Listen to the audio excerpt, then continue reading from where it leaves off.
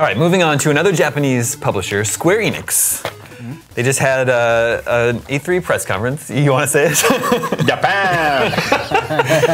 They had an E3 press conference, which, despite some awkward moments, I think most Square Enix fans were happy with. Yeah. They showed off a lot of games, both like Western-style adventures, and then they also showed JRPGs. Got the Kingdom Hearts. They have Kingdom Hearts, which is going to be Kingdom Hearts 3, which is relevant to what we're about to talk about. Then it's a sequel to Nier, which not too many people were hoping for, I don't think. I know that game has its fans, but I don't think it sold particularly well. And then they announced the formation of, Tokyo RPG Studio, or Factory? I think that's what it is, Factory. About that. And their first project is called Project Japanese name that starts with an S that escapes me at the moment. And that's expected sometime next year. So the president of Square Enix, Yosuke Matsuda, was recently talking to Japanese magazine Famitsu, talking about how it's his belief that a new IP, a new game series, can't really be judged until the third entry in its series. And I'll read you a quote here, and I'll tell you why this is a little surprising to me. He says, "This is my own personal view, but I believe that it is very difficult to immediately build up a big IP. Looking retrospectively at the gaming industry, many games take off or get their big break at their third title. There are cases where the opposite is true, of course, but regardless, you need at least 3 games before you can tell whether an IP is going to be really successful or not. I call this my law of third titles. That's why for the first and second games, you experiment to a degree where you can still be flexible, and if the series has grown enough to be able to expect a big hit for the third game, you expand the scale. If the third title is successful, then all is well." And so, they're working on their 15th core Final Fantasy game. They're obviously not sequel averse, but that's actually surprising to me that a big company would just say, okay, we're going to do 3 games of this new IP before because that's years and years and years and millions and millions and millions of dollars before they say, okay, this isn't working. Yeah, but at the same time, that first burst of money spent is the riskiest. That's true. And it's like if you survive that, then it's about whether or not the meter is going up or the meter is going down, and it's kind of hard to tell that until you release the second game. No, he's right. I mean, you look at games like Tetris 3, Minecraft 3, Angry Birds 3, definitely all games that did not at all get their footing until the third iteration. I see what you're doing. Yeah, I mean, I think it's a weird quote. It's a weird quote, and it's also expecting a lot of gamers to be like, you have to spend $180 until we get it right.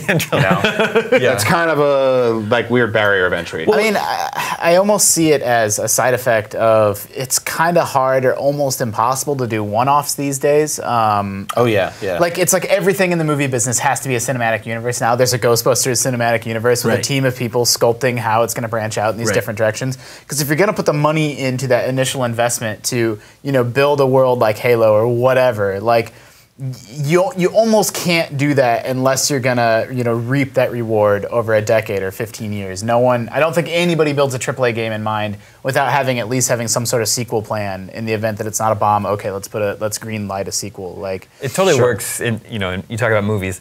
I saw Ant-Man this weekend. If Ant-Man was just a standalone movie, I might be like, I don't know, but I'm like, I've seen all the other Marvel movies. He's going to be in Captain America, so okay, let's go see it. I need to see Ant-Man to stay up to date with the MCU. I have to see what the end credits sequences are, so I'm up to date with everything. But you spend, I'm sure Make it sound like homework. It kind of is. Keeping up with the Marvel Cinematic Universe is totally homework. Very entertaining, fun homework. Sure. Like a Square Enix game is Rise of the Tomb Raider, and I'm sure that's a tremendously expensive, complex game to make, but less so than the first one, because I already made the first one. You have all these assets. You have all systems in place. And so that's why, you would never make a game like Tomb Raider as a one-off anymore, unless it's a bomb, unless it doesn't go in the direction you plan. But they build it with sequels in mind, for sure. You have to, because it's too expensive to make a game now. I mean, it's not 1980s anymore. It costs so many millions. We got a crazy idea for a game. You're gonna be a frog and you're gonna leap across the thing. It'll be fine. That happens at Nintendo. And they might work on that game for 2 years and then it might not work and they'll be like, well. Well, I think even Nintendo's like, we have a crazy idea for a game, and someone's like, cool, put Link in it. Or they come up fine. No, really, they come up with a great idea for a gameplay system, and then they adapt it to a character. Or disappointingly, they're like, this could be a Metroid game. Something like that. Exactly. people criticize Nintendo for using Link and Mario, and these franchise characters over and over and over again. But you said it sort of as a jokey way, but it's totally true that they sell you on a new idea by putting a character you love in it. Yeah. Like, I don't necessarily see it as a negative. Like, Nintendo has this stable of characters that you love. So, like, look, we're going to do this digital board game thing. It's going to be called Mario Party. It's awesome. If that was just a bunch of characters you didn't give a shit about, like, that might not have been a big hit. Sure, like if it was called like Mr. Ghostly's Vacuum House or whatever, where a guy has to walk around with a vacuum and clean up the house, people are like, who the hell is this? But they're like, oh, Luigi's uncle gave him a mansion and now he has to stop ghosts. And you're like, oh, all right, well, I love that guy, so let's see what he's up to this year. Exactly. So I think they do a good job of that, of leveraging their IP to, sort of backdoor new ideas into people's life. And it's a smart business, and it's just smart from a business standpoint and from a marketing standpoint. I mean, like you said, that first game, what did you call Luigi's Mansion? It's already gone.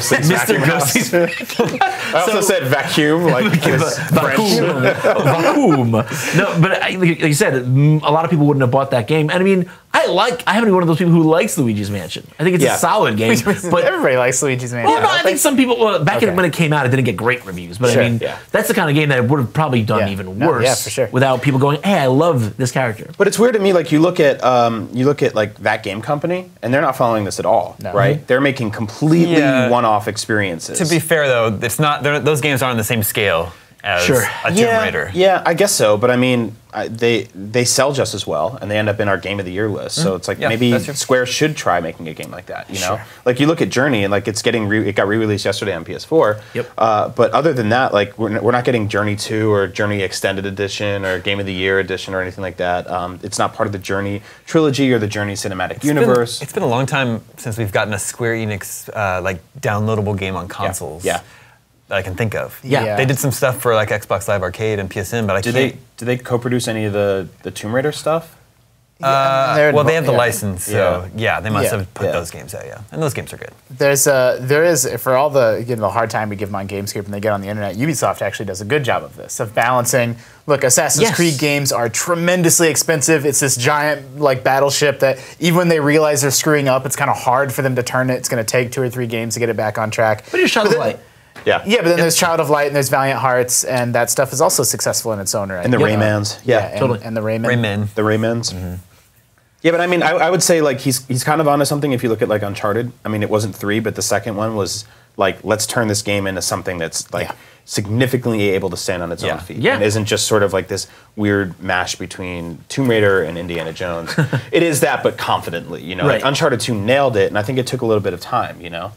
Is Sleeping Dogs still a Square Enix property? I think so. Yes. Because that's the only one of that's the only game in their stable I can think of that they haven't like announced a sequel. Well, Triad Wars. MMO. Yeah. Triad Wars. We actually did a IGN live play of it today. It's an open world Sleeping Dogs, and this is not hyperbole, but the graphics legitimately do look like a PS3 game. Yeah, it's a bad looking game. It looks fun, but not. It looks pretty. really fun. It's jarring how last gen it is. Well, and I thought like I'm never one of those people that's a graphics whore or whatever, but I looked at this game and I'm like, man, I hope this is a huge world to compensate for this, because that's how I felt about Godzilla, the new Godzilla game. It's a bummer. But it's not a huge world. No, it's just that one. It's just Japan. Japan.